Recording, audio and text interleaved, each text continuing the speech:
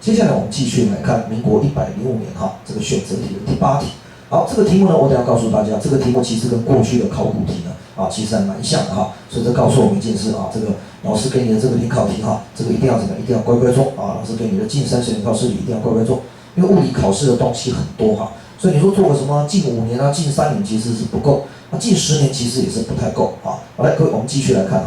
他说某一个百货公司电动手扶梯以每秒0.4公尺的固定速度，30度的仰角运送顾客上楼。那使用呢220伏特的电源驱动马达带动电扶手扶梯的运转。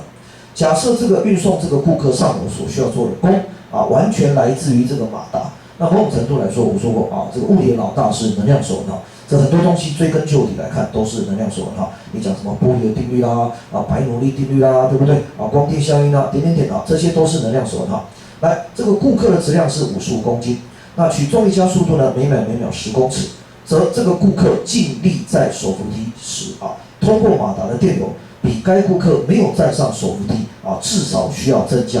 多少安培这个考完试的时候呢，学生看到这题目呢，这个我觉得会心一笑为什么呢因为这跟老师讲义上范例呢，民国67年日大的问题其实基本上几乎是一模一样。好，而且我告诉你，它的数据还蛮像的，对不对这个斜度30度，速率0.4， 50公斤200伏特，而且它是写220伏特那做法基本上都是类似。这个题目你用传统的这个所谓欧姆定律这柯西欧定律其实都做不出来这个题目呢，事实上就是要考大家一个基本的概念，什么基本的概念呢？能量守恒。好，就是电力做功等于人增加的重力门。各位，人增加的重力门就是来自于电力做功。好，但是你要注意的是，因为现在它是等速度，所以动能没有变化。各位，因为它等速度，所以动能没有变化，所以电力所做的功就等于什么？就等于人增加的重力门那当然，这里面你要注意的是，我们看1秒钟因为电力持续在做功人的位能也持续在增加所以我们就看1秒钟那所以我们这样写如果这里是1秒钟的话呢，我觉得就这样写多了电流乘上这个电压，对不对1秒钟 IV 这其实后面再写一个1了那等于呢，人增加的重力位能那就是 mgh， 可以就是 mgh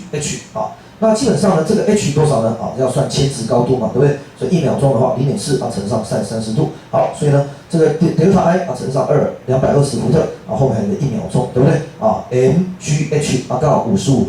220，11可以约掉，所以答案就多少？答案就是0.5安培就是这样。那会的话就觉得这一题很简单但是如果你说老师我要带什么公式啦，什么欧姆定律啦焦耳定律、柯西欧定律，那这个题目事实上是做不出来的所以当然也就告诉我们一件事情，就是老师讲义上的范例呢是帮你挑过的啦精挑细选，这里面都是要考大家怎么样？考大家这个基本概念所以呢老师常讲君子务本嘛，对不对老师讲义上的这些范例呢希望你彻底的把它想清楚。好，这个题目呢提供给大家参考一下。